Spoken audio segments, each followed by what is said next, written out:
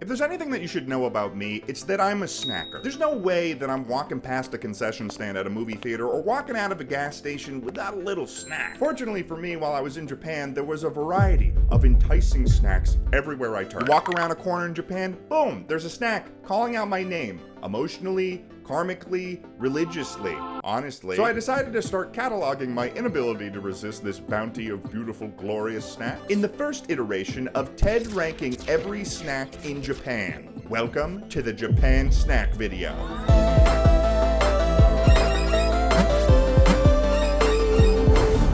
I know exactly what we're gonna call today. We're gonna call today Snack Day. It's the day that I just go around and I rate things in Japan based on tastiness, whimsy, and would I eat it again? I don't really know what the second channel is.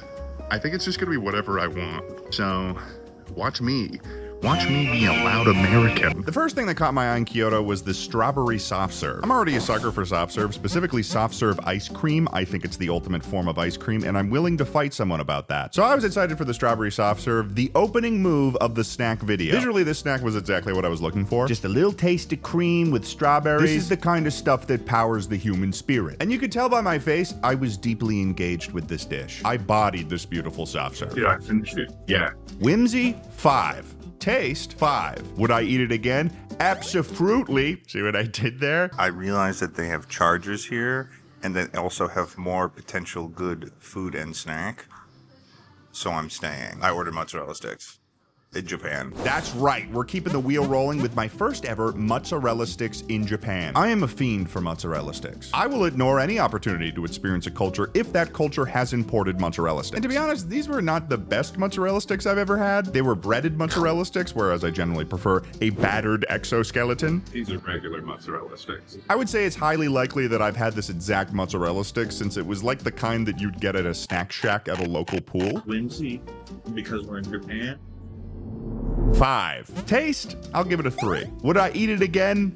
Always. Next up, since I was still hungry at this place, was a chicken katsu bowl. I hadn't had chicken katsu in Japan yet, so I was looking forward to this. Upon my first bite, you can see it stopped me in my tracks. This was by far the tastiest fried piece of chicken I had had in my entire life. Better than the fami chiki, it was lightly fried, but it had this perfect crunch to it. It was delicious. I finished this whole thing. It was wonderful. Due to the presentation and everything about it, whimsy, 5. Taste, 5. Would I eat again? Yeah, boy. Also, just gonna say, you're probably sensing a theme here. I am very optimistic about my ratings, and I will continue to be so. Now, before we keep taste testing these Japanese snacks, this video is sponsored by ZocDoc. One of the greatest realities about me is that I am a huge, massive, gigantic procrastinator. I procrastinate on work. I procrastinate even on watching shows or playing games that my friends have recommended to me. I procrastinate on everything, even if it's something that's good for my health. But that's why I am a huge fan of ZocDoc, and I've been using it for years now, because insurance websites are incredibly frustrating to navigate. It often feels like I have to learn a secret code or system just to figure out which doctors I'm allowed to visit. But ZocDoc is great because it solves the annoying part of the experience and makes it actually easy to make appointments. They have more than 150,000 providers in 200 plus specialties across all 50 states. And ZocDoc's website has so many reviews from actual patients and detailed doctor profiles, so you can actually make an informed choice. And what's awesome is that ZocDoc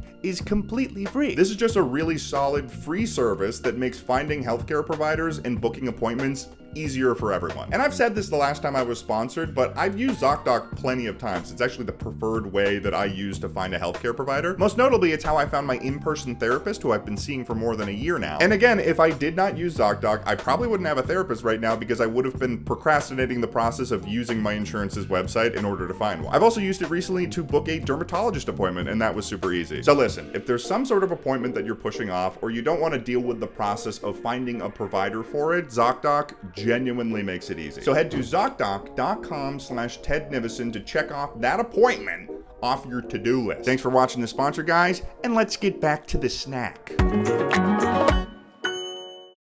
Next up in Kyoto was these little shiny balls on a stick. I had seen these walking around the day before, and I was certainly intrigued. I found out they're called dango, which are chewy Japanese dumplings made from rice flour. The variety I specifically bought was the green tea flavored dango. Initially, the presentation was less whimsical than I originally thought it would be. I thought it would be a hard outer layer, almost like a candy, when in reality it's more this glaze that the dumplings are dipped into, and it's actually hot. I would say the whole flavor profile of this was different than I expected, but it was still fun to eat a traditional Japanese sweet, you know? It was pretty good.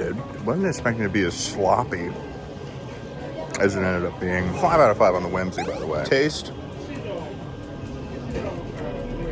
3.5. And would I eat again? Maybe. Next up, we're going back to soft serve, baby. That's right. I'm a fiend for soft serve. I can't get enough, and I wouldn't have it any other way, actually. I consume my matcha vanilla soft serve twist under this particular Japanese pagoda in Kyoto. And what I'll say is the area that you are consuming the food itself does weigh into the whimsy score, for sure. Matcha and vanilla. Whimsical. Highly whimsical. Especially here. If we're talking whimsy, I mean, this is the spot. One thing I will say about Japan, all soft serve is great. And I'm a soft serve freak. This is my second soft serve today. Yeah, that's good. Whimsy 5. Cream? 5.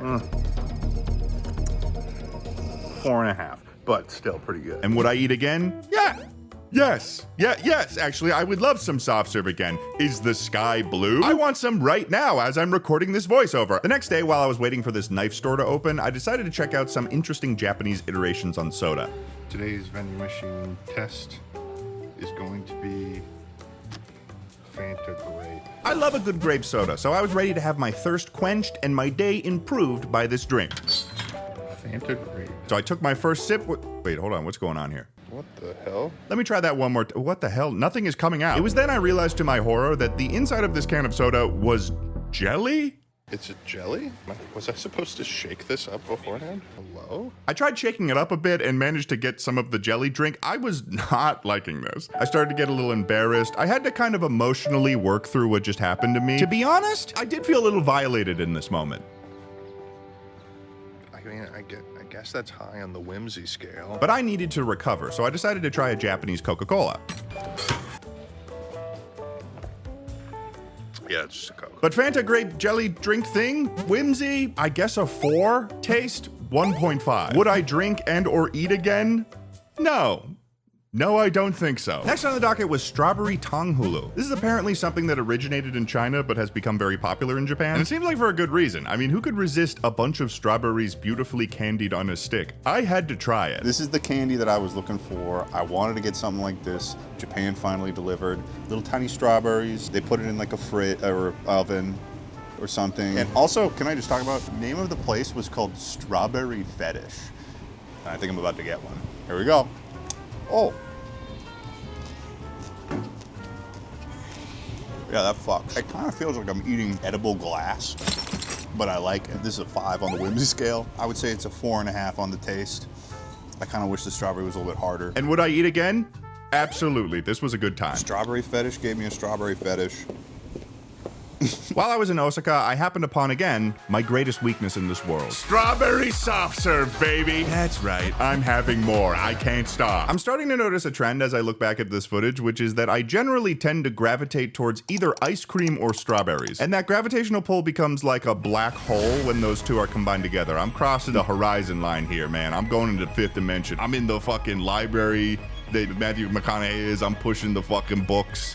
But it's just all strawberries and soft serve. Here's the strawberry thing. It's melting everywhere. How? Oh, shoot. It's whimsical. Strawberry ice cream gets a bad rap. I see a lot of people saying the strawberry ice cream's like the worst flavor. It's one of the best. I would say on this one, the whimsy is pretty significant. I feel like I'm choosing them exclusively because they're whimsy. So I don't think a single one's going to score below a 3 on the whimsy scale. I'm really good with rating systems. Whimsy, 5. Taste, 5. Would I eat again? Yeah, I would. I would say it's about a 10 on the stickiness scale. Do I have water? No, I have green tea. Okay, so just wash my hands with green tea. Don't have anywhere to wipe it. wiping it on my pants. I'm really well put together.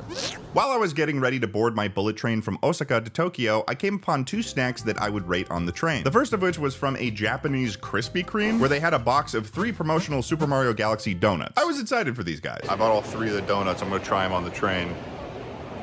The second was, of course, something I always have to try when I'm in another country as an American: McDonald's. I got myself a double cheeseburger, some fries, a Diet Coke, and some chicken nuggets. And then I was off to my platform to wait for my train. Here I go with all of my snacks to the entrance. Okay, I'm at the train station right now, where the bullet train happens, and now I'm gonna try McDonald's. First thing I've noticed is that the drink comes in like a coffee kind of thing,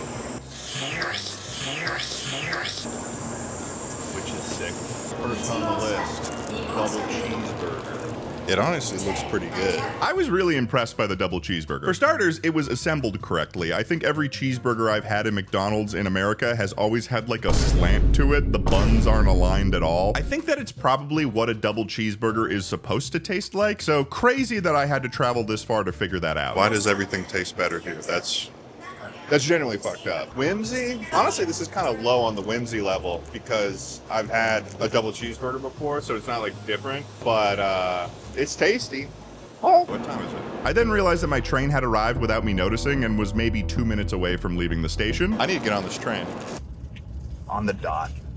On the dot. Anyways, I started consuming the rest of my Japanese McDonald's, moving at like 300 miles an hour. This train is going really fast.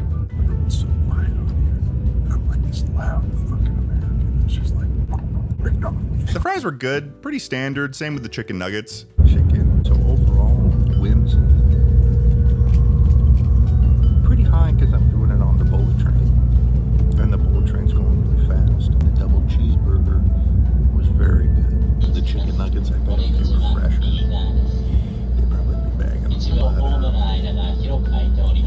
overall, it just tastes kind of like McDonald's. Whimsy, I'd give it a 3.8. I don't know why, it felt right. Taste, normally I'd say a 4 for the burger, but the rest brings it down to a 2.95 actually. Would I eat it again? I mean, probably. It's McDonald's, and I'll likely be drunk at some point in my future and have access to DoorDash. Next up a bit later, it was time for me to try the Japanese Krispy Kreme donuts. I was interested in these, mainly because I'm a bit of a sucker for a thematic snack. I started off with the, I guess, Mario donut. I tried that. Then I tasted this blue one. I almost got worried this little circle was made of paper or something, but it was luckily edible. So far though, it was hitting a 4.5 on the whimsy scale, just for there being a Krispy Kreme in Japan and having a Nintendo theme to it. Taste-wise, this shit was hitting in like the 2 zone though. But there was one final chance with the Yoshi egg donut. I was hoping this would be kind of like a Boston cream donut. But again, whatever they were using for the frosting or something, it was just too thick. It didn't even really taste good. And so I didn't finish any of these donuts. And I was a little upset that I had to carry with me the calories of eating donuts that were not that good. So whimsy, 4.5. Taste, 2. And would I eat again?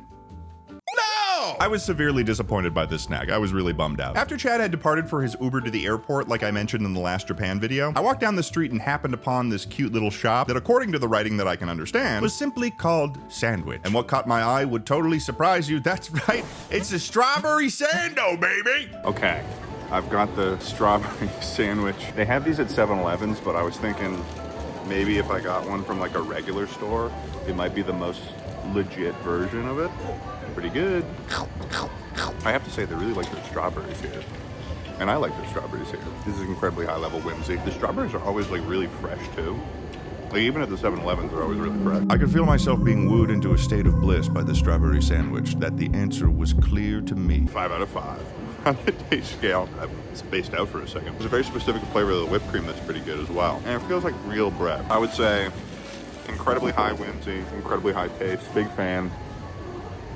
Another win for the country of Japan. Strawberry sando, whimsy, 5. Taste, 4.5. Would I eat again? You bet your bottom dollar, sir or madam. When Jacob Alfarad, who had been strangely calling himself Mr. Japan the whole time, and that's totally not something I'm making up about him, and I scaled the Tokyo Tower, we were enamored with these 2 butt plug mascot characters. So, Mr. Japan, do you have something to admit to the public? Do I know you? And I was delighted to see that at the top of the tower that the butt plug boys had their very own strawberry and vanilla soft serve twist. Premium Tower Soft. What a crazy name for the butt plug ice cream. What do you think, Mr. Japan? I didn't consent to this bit, for the record. Cheers. We said it at the same time. This ice cream was obviously very whimsical. It came with its own character-themed snack on it as well. Oh, we actually get to eat the little butt plugs. Yeah, they're edible. That's a literal communion wafer. And when Jacob was recognized by a fan, I had no filter and decided to spread the word. We're having butt plug ice cream. Okay, well, I think I made him uncomfortable really quickly.